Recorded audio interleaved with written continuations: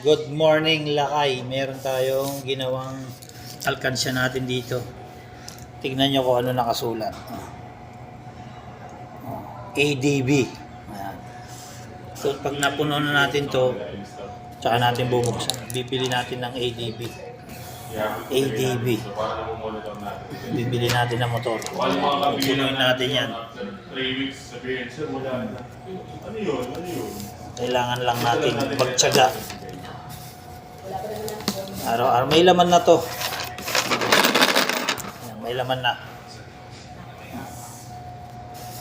Pag mayroon tayong extra, lalagyan natin.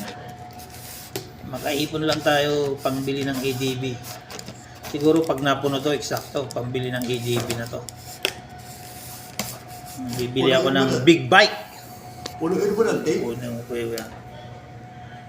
O, ayan, Lakay.